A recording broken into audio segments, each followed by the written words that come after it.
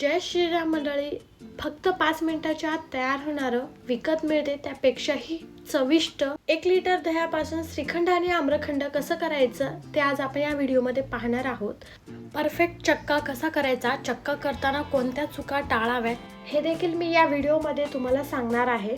So video शेवटपर्यंत नक्की बघा आणि आवडल्यास लाईक करायला विसरू नका. चला तर मग रेसिपीला पटकन सुरुवात करूया. सर्वात आधी आपल्याला चक्का बनवायचा आहे. सो त्यासाठी इथे मी बाउलवर चाळणी ठेवलेली आहे, त्यावर एक सुती कापड ठेवलेला आहे. आता आपण यावरती दही टाकून घेऊया. इथे मी पॅकेटमधलं दही वापरलेलं आहे. 1 लिटर दही घेतलेलं आहे. तुम्ही घरी तयार केलेलं दही सुद्धा वापरू शकता. आता आपण या कापडाच्या सगळ्या बाजू एकत्र करून घेऊयात आणि ह्याची गाठ बांधून घेऊयात. या दह्यातलं सगळं पाणी निघून गेल्यावर ह्याचा चक्का तयार होतो. सो आपल्याला या दह्यातलं सर्वात आधी सगळं पाणी काढून घ्यायचं आहे. जोवर या पाण्याची धार थांबणार नाही तोवर कापड आपल्याला असं वरती घट्ट धरायचं आहे आणि पाणी काढून घ्यायचं आहे. खूप जास्त दाबायचं नाही, नाही तर कापडातून दही बाहेर येऊ शकते. आता मी यातलं सगळं पाणी काढून घेतलेलं आहे. आता आपल्याला चक्का एकदम परफेक्ट बनवण्यासाठी या कापडावर एक जड वस्तू ठेवून हे बाहेर टांगत किंवा लटकत ठेवायचं नाही, तर आपल्याला हे 4 तासासाठी फ्रीजमध्ये ठेवायचं आहे.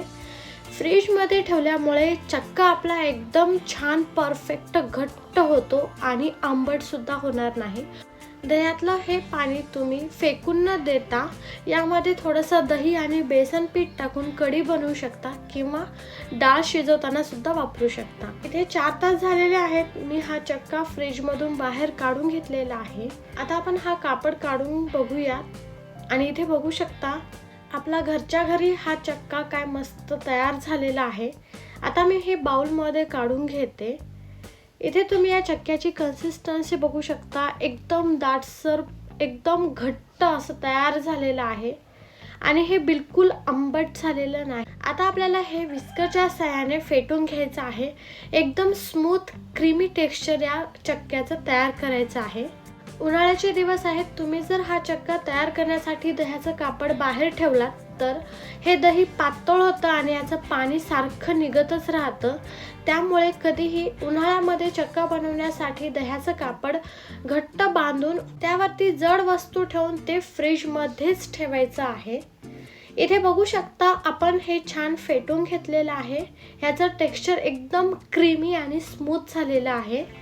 आता यात आपल्याला पिठी साखर टाकायची आहे. इथे मी अर्धा कप पिठी साखर घेतलेली आहे. साखरेचं प्रमाण एकदम परफेक्ट आहे. आता यामध्ये मी अर्धा छोटा चमचा इलायची पावडर टाकून घेतले.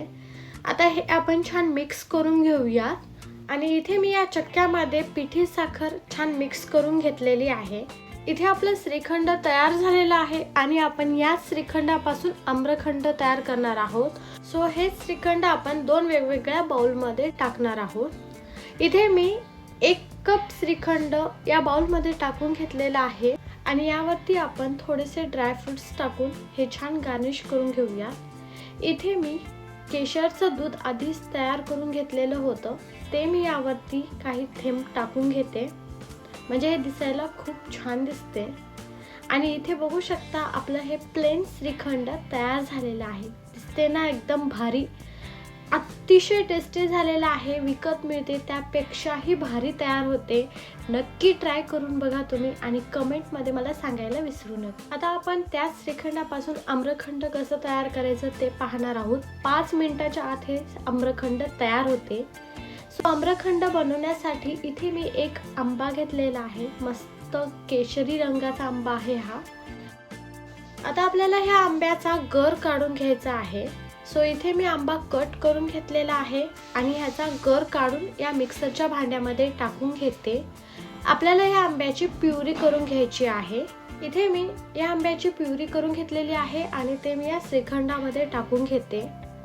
इथे मी थोडंसं श्रीखंड जास्त ठेवलेलं आहे कारण आमच्या घरी मुलांना श्रीखंडापेक्षा आम्रखंड प्रचंड आवडते.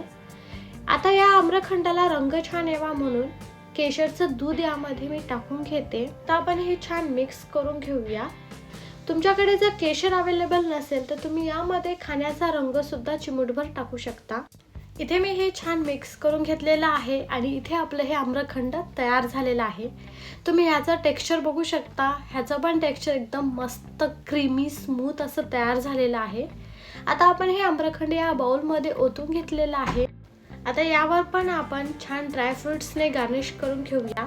ड्रायफ्रूट सोबत मी यावरती काही केशरचे धागे आणि आंब्याचे तुकडे सुद्धा ठेवलेले आहेत आणि इथे बघू शकता आपलं हे आम्रखंड काय जबरदस्त दिसत आहे. वाव, मार्केटमध्ये मिळते त्यापेक्षाही अतिशय टेस्टी हे आम्रखंड श्रीखंड तयार होतात. नक्की ट्राय करून बघा. कमेंटमध्ये मला सांगा की तुम्हाला आम्रखंड जास्त आवडते का श्रीखंड आवडते. आय होप तुम्हाला आजचा हा श्रीखंड आणि आम्रखंडचा व्हिडिओ आवडला असेल. आवडला तर व्हिडिओला लाईक आणि शेअर करायला विसरू नका.